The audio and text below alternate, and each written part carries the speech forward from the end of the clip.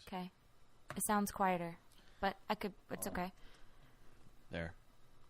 Hello? Yeah, it's better. I just turned up the volume. Oh, okay, thanks. I'm always scared if I get this close, you're going to hear me breathe. Well, that's what the purpose of this thing is. Because otherwise, really? like literally my lips would probably be on the mic. Yeah, and you would hear like weird breathing noises. Yeah, you hear that stuff.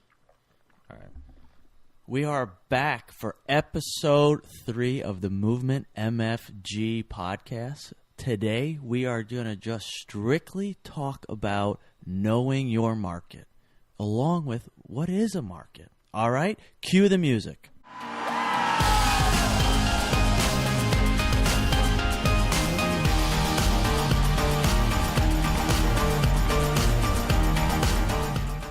All right, let's go. I am here with Elizabeth Prairie, my partner in crime for these podcasts. She's a staple on this show.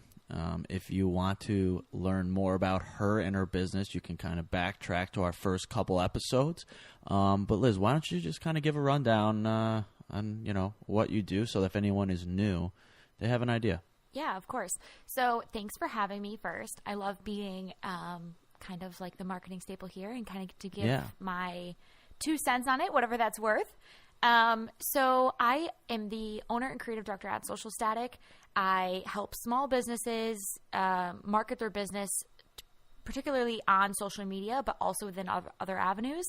So I can provide advice on that. Awesome. Yeah, I know. I think that it's such, I continue to say this every episode, that it brings just such value, to our listeners, to not just hear, say, the back end of things from me and the experience that I've had with the back end, but your experience with the front end and all the different brands that you work with. Front lines, yeah. Yeah, the front lines, because, it does go both ways. So, we're picking up where we left off from our last episode. How are we doing this morning? We're good. A little better than the other morning when you had your little coffee debacle? My coffee's great today. Coffee's great today. But okay, so we made a little comeback from the coffee. A little bit of a comeback, and then I went to go pay for my coffee. And do you ever just, you're searching, you're like, I know that my wallet's here, but I can't find it. It was one of those mornings, couldn't find my wallet, left it at home. That kind of stuff. But, So it's a tough start, but you're recovered again, right? We've recovered. We at least have coffee now. Right. We got to pay for the coffee. I had some money in the car. But nice. Yeah, but I think it comes down to being a little bit more organized with my day, setting up that probably the night before and realizing that I need to be just a little bit more organized. Yeah. Goals. Yeah, totally hear you. Yeah, I know, we've been waiting for this fabric delivery. I think I was talking about last episode how it's, we're going on 30 days. Which it should take 7 days. Sometimes it takes 10 days. Yeah. Right now we're on 30 days, and pretty much my day it's killing our production right now. So, as we work with different people, they hear just kind of like our communication, things like that. But what goes on behind the scenes for us is shit like this. It's always something, but that's a part of the process and kind of being business owner. Have you had to pause any? Anything? Yeah. I mean, I guess luckily this fabric delivery really only affects our GTS line. It doesn't necessarily affect our movement clients, which is good, because then that, it's really just affecting our business, at least it doesn't have to affect a third party business. Yep. But I mean, every day that this delivery doesn't show up, we're not making money. We're not making money from this delivery, from the products that are offered. So it's very, very frustrating. I mean, 10 days now it's been out for delivery. Like, what? But one of those uncontrollables. What? So and I just keep getting the same answer every time we call. So that's basically what's been going on. But like I said, at least it's it's an internal thing, not necessarily another brand that's affecting. So the life of a business owner. Yeah, and then we got meetings. I got some meetings later on of new movement clients that we'll be working with. So I always like meeting with them, getting their thoughts and stuff, and I like providing some guidance and some feedback for them, Yeah, sure, it's extremely helpful. It's always helpful. And then we got some GTS new product releases, Woo-hoo. Yeah, we got some new fabrics coming in, and we got some samples made up, and we'll be scheduling that photo shoot and stuff like that. Cool. So that's pumped. So that's so I guess we got some good stuff going on. We got some bad stuff going on. But we're but hey, I guess you still just kind of that's life. Still kind of plunge forward. But today, really want to because we've been talking the last couple episodes about a bunch of different things. But I wanted to touch on knowing your market, because that's kind of like square one.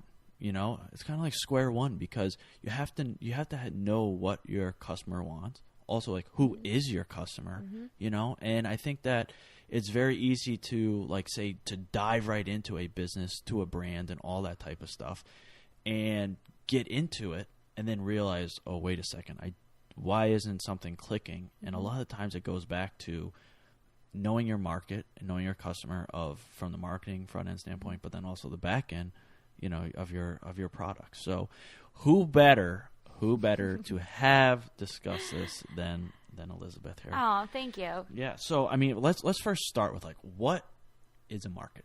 Tell me. Yeah. I think that everyone should be aware of who that target market is, who that target audience is, like you had just said.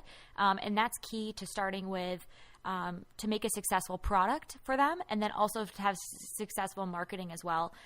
So typically where I start is actually if you're looking at your social media accounts, I'm always looking at insights and analytics because you might have an idea of who that market is, but sometimes it's really funny it'll tell you. It will tell you in your insights exactly that age range, that those people, where they're coming from, especially for you, for an e-commerce business. Typically, you might be getting people all over the country, but you might have some hot spots that you don't really know how those came up, or maybe it's based off of some influencer marketing that had happened. So you might be getting some flare-ups that you need to really to hone in on because you might be thinking, well, we live in the Northeast. You're thinking in the Northeast, but you could be getting a lot of people from Arizona or California or something like that. Or even because sometimes, I know we could sit there and be like, oh yeah, it's winter time and we're doing winter products, but half the country it's still warm. It's still warm. Absolutely. And it's good to know that. So to know your market is to know who you're speaking to. Right? So because and that's really what I really wanted to kind of do is to really explain what when we use the terminology, knowing your market or what is your market and all this type of stuff and so it's what is it? What is it? It means the customer, your customer base, and but then kind of to the individual level, but then also as as a whole. Right, absolutely. All right, so I mean, where? I know you said absolutely once. I was fucking the whole time. I'm thinking, don't say fucking absolutely. Don't say it one time. I might keep this. What? The absolutely? No, you're talking about this. All right, so take a shot every time. Take a shot every time. Yeah, we were just discussing that Liz says absolutely a lot. So we're excessive amount. I'm trying to stop saying. Yeah, so we talk about it could be like a drinking game every time she says absolutely. But anyways, let's get back to it. So I mean, where do you even start with this? Where do you start to even understanding your market or even just analyzing and looking at it? I think that at first, when you're first launching a business, it's really tough to analyze or to say, this is my target customer. You can kind of be making those hypothetical characters, let's say, or personas, let's say, of who you think that your market is. Mm-hmm. When the product actually launches, and you can look at insights on social media from my back end, I'm thinking, well, the market will tell you who that is. Yeah. So you might have an idea in the beginning of who that persona, who you're trying to target, but when it actually launches and when you have some data, you can actually look back and verify that, which is really, really a cool, unique tool. Of all of the information that's on Facebook is so detailed. Yeah, I think too, the social media platforms now, or even just online. I don't want to say necessarily social media, but I mean, we use Shopify for all of our sites, whether for our GTS line, and then we also have a separate wholesale site for our GTS line, and so we use Shopify, and there's it's an easy tool to use. I mean, we've been around the block, using different platforms to build a website, manage the website, and all this stuff. And Shopify, I mean, it's really, to be honest, props to them. It's one of the best. Yeah, it's an awesome platform, but they give you so many tools and analytics of where people are visiting your site from. The click rates, like what people are looking at on your website, so it's not just social media, but it's, using the analytical tools that we have nowadays to kind of see what people are interested in, and this actually will bring us to our, the next thing I want to talk about was from a product standpoint, like knowing your market of like, and knowing what type of product they're looking for. So I'll still touch on, from the analytical standpoint is, you can sit there and see like what products are clicked the most, and that will tend to be like which ones people are most interested in. And then on social platforms, when you start to if you were to put up an ad or even post about a product, like you can see the engagement that like each individual post that has a product in it will get. Yeah. Have you been using the tool now? I see that on your Instagram, you can actually tag the products, which is really cool on your end. Just got that. God, which is very exciting. It took us. I saw it pretty much go to every other brand started using it, but it wasn't available to us yet, and it drove me nuts. I had to talk you up a ledge of that one day. Oh my God! I was like, why are they not making it available to us? Because they were rolling it out kind of like little by little, slowly. And for some reason, it just took our GTS line so long to get it. It was making me nuts. So what we're referring to is actually when you post on Instagram, you can actually tag on the back end, tag the products. So what's really cool with that is that once you tag the product, you can actually look in those insights on Instagram and check how many times are people clicking through to that. What is the peak interest, or is it a particular photo that piqued that interest? So it's a little combination of both, I think. But you can start looking for those trends, and based off of those trends, you can start saying, wow, that electric blue is really like hot paint right now, or whatever it is. And you can see what you should maybe be focusing more on the product side, based off of those trends. Yeah, and this is flowing very nicely, because my next thing that I was going to say is with these social platforms, you can almost sit there and engage with your customer, with your market, and almost ask what they like. Do you like this? Do you like this? You can almost ask them. You can do an Instagram poll. You can ask them, and then that kind of leads me to where we're talking about like what type of voice is your market looking for? Yeah, absolutely. And no, I said absolutely. She just said absolutely. Drink, take a shot. So shot of coffee, espresso, whatever you're gonna do. Depending what time it is. So, okay. But I completely agree with that. Like, it's really amazing of what the capability is on social, especially Instagram polls, what the product is, and where you can really lead that to your product development and really loop it all back in, front end, back end. Like, it all comes together. Yeah, so full circle. You use those, obviously, like the social media platforms, is the front lines of like marketing and things like that, but you can use it to sit there and talk to your market and really, so from as we're sitting here talking about, what, knowing the product and knowing that the product that your customer wants. I mean, we have the tools today to sit there and just ask them. I mean, do you use that with a lot of the companies and brands you work with? Yeah, I actually I would like to start using it more, but on the back end of when new products come out, people get really pumped for those. Instagram polls is kind of a newer tool, so starting to integrate that within their Instagram story strategy. And building that out. So I've been introducing it to all the business owners and saying, hey, this is a tool that we can utilize. What do you have coming up? Is there something that we could kind of tease, or, how can we really fully strategize against Instagram stories, polls, posts, all that good stuff? Yeah, totally. And that, and that it kind of goes too with knowing your market, what platforms are they using, and I'm just going to throw out, a basic example. I don't know if this is, believe me, I'm not the expert to know whether this is true or not, but let's say, if your demographic and your customer is an older customer, I guess in my opinion, I would say that they're more likely to be on Facebook, than something we haven't mentioned yet, Snapchat. Right. Right? So it's almost like also knowing the platforms that that basically they're using. But if you're, say, say your market is a younger crowd, like say college, or even like, so say like right now, I hear high schoolers, the big thing is Snapchat. But hey, in a couple of years, they're going to be in college. So if your demographic is, or your market is, younger people, Snapchat, you might get a better effect and be more efficient at your marketing and things like that, and your voice and all that stuff by basically using like Snapchat, versus Facebook. So just so you know, so you're absolutely correct. Are you going to correct me? No. You are spot on with that. Wow. It's absolutely the case. So Facebook has a lot of really cool shopping tools now. You can actually upload your product feed there.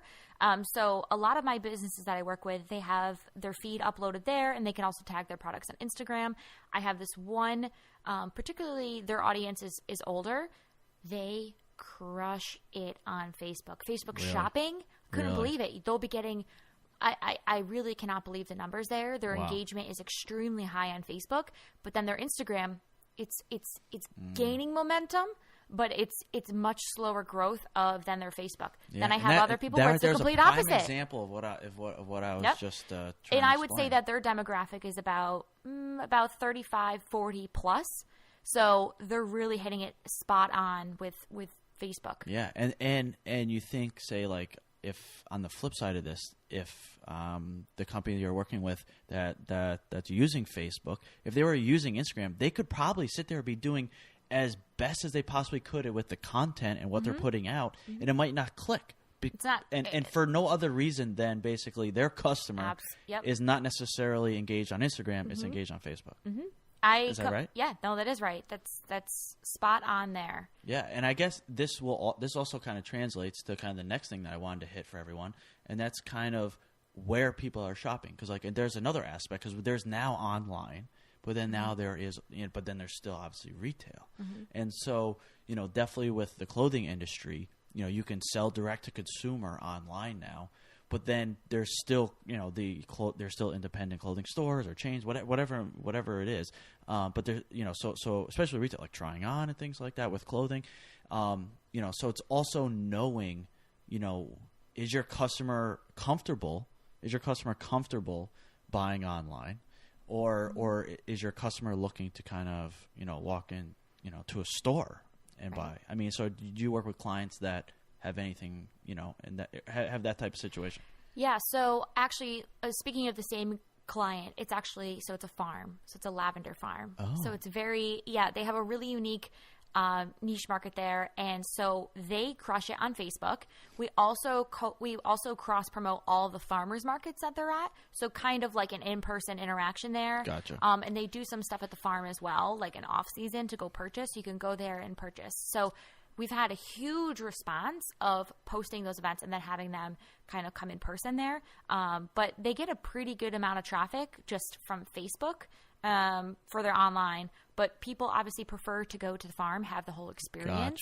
Gotcha. That kind of demographic likes the experience of going, meeting the owners, doing the whole 9 yards. Yeah. And I guess, to follow up on that, like, do you think that maybe it's okay to maybe have a strategy of both, where people are kind of the people who are discovering it maybe in person then become more comfortable buying it online, right? Directly from the brand. Yes. So I always kind of push I think that the marketing should be from all these different channels. It can't just be from one channel. So it can't just be online, then it can't just be Instagram, it can't just be Facebook, can't just be in person. I like to have an integrated strategy and then testing it out. And yes, one might peak, one might be, working the best, but we also need to work on these other strategies because it could end up being that Instagram is their best selling point in the future. We don't know. So we have to still focus on each of the different channels of selling. Yeah. So, but still, all of this everything we're talking about is still understanding your market and understanding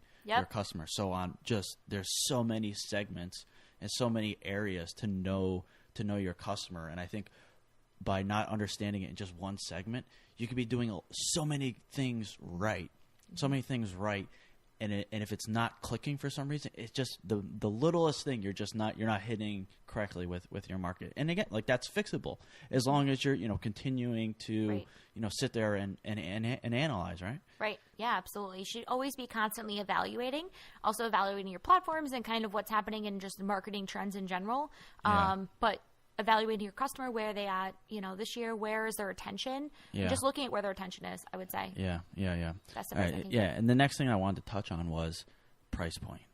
Because yes, we're sitting here, we're talking about like type of product, that your customer's looking for. We're sitting here talking about where can they purchase it. Where are you reaching out to them on the social platforms?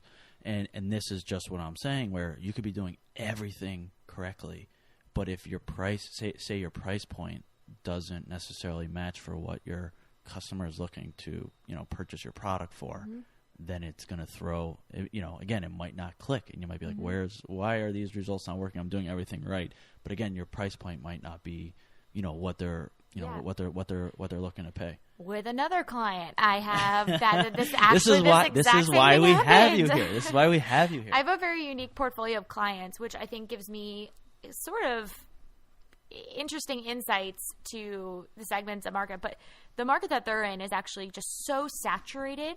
On top of it, that they're trying to sell into, so it's a protein powder. So I'll say that. And so it's a super saturated market, right? Everyone kind of wanted to get into the sort of like supplement protein powder world, it seems like, in the last couple of years. Yeah. So what happened is that they didn't price themselves competitively. They were kind of like middle of the road, sort of. They didn't really think about the pricing when they were launching the brand. And I think that that's been one of their biggest setbacks, because now we do sales, we do all these other things, we try to do BOGO, and it's really tough to come back from the initial mistake of pricing and not knowing the market, not realizing how saturated it was, not realizing that it's extremely just competitive. Therefore, you need to be competitive in like your pricing strategy, your marketing strategy, all these things. So they are still have repercussions from that, and we're trying to work through that and navigate through their marketing strategy of how to. It's so interesting. No matter what industry it is, what type of business it is, this, I mean, it really applies to all. I mean, the first thing that whenever I sit down with a movement manufacturing client, one of the first thing, they'll basically present the products that they're looking to do and their ideas. And one of the first questions I have is, okay, what do you want to sell it for? And a lot of times it catches them by surprise. And I'm like, and I think that they have an idea of like, their budget of what they want to spend, say, but they're not necessarily thinking in terms of like, again, the selling price. Because for me, when we start to put together the product, it's working backwards. We have to work backwards on it. So if you want to sell it at a certain price, say it's a low end price, you want to do a low end price. Well, then it allows us to work backwards and be like, okay, then if it's a low end price, there's not a lot of room for complexity in the product, because the more complex, the longer it takes, the more labor time, and so on. Also, then the other aspect to the clothing, to a garment, is the fabric. And then therefore, if we're working at a lower price, then it's going to translate to fit that for them to make profit on this product. We then have to sit there and then look for the lower priced fabrics. And so it kind of works backwards. Meanwhile, on the flip side, if someone's really, say, looking to go on the high end of it, well, then it leaves us so much room to make something complex, to make, a high-end fabric, and so on. And believe me, there's many times where we've had a client where they want to work on the low end of things, but they want to put all the money towards the fabric and keep the product as simple as possible. But it balances off and it works. But we then know what we have to strive for to bring this product to life. And I think that what people have found when they come to us, it's almost like a sigh of relief that there's just like some guidance that like we can work back and forth on it. Because I think a lot of times if you're going to a manufacturer, like, here's our price, that's it. Like they're not looking to understand. They're not looking to understand your whole business. Right. So for us, it's not, we don't work to have our business be transactional where it's order by order. You know, we're looking to sit here and almost like be totally integrated, you know, with your business and how we can develop the products. So funny. I do the same thing. I do the same thing on my end. Yeah. I ask, what are your goals and objectives? And from that question, you'll get a lot of insights of where the business is trying to go and how I can produce that correct ROI to them. So very similar, just in a different space. Yeah, no, totally. And I think that where the kind of the wheels come off is when, you know, when a product is being developed for, you know, again, say at a higher price because of the complexity of the product, and then they want to then sell it at a lower price, and I mean the profit is just very tough for them, and it's because they did not work backwards on it. So we want to be able to obviously like sit there and work backwards and make it come to life, and because it's very tough. It's very tough to say do a high end product, but then have a high end product that you get at a low price, because at some point in the supply chain, especially in the clothing industry, some point in the supply chain, someone is basically eating it. Mm-hmm. Someone's getting screwed. You know, someone's eating it, and that's why when you see a lot of these manufacturing, say overseas, you know, believe me, not all overseas manufacturing is a bad situation, but you hear these horror stories of the clothing industry manufacturing overseas, you know, the low labor rates and stuff like that, and it's because it's on the backs of these people, and that's the unfortunate part. Because if someone's when these big companies primarily are able to sell stuff so cheap because they get it so cheap and so on, it's because it's on the backs of someone else, and that's the unfortunate part. But again, if you can sit there and work backwards on it, you know, to have your price point, you know, be, you know, what your customer wants, I think that, you know, that's kind of like step one. Again, it's one of my first questions. It's one of my first questions that I ask. All right, we got to wrap up. We got some, like I said, I got some meetings we got to do. Elizabeth, let's wrap it up with what's your top tip for knowing your market?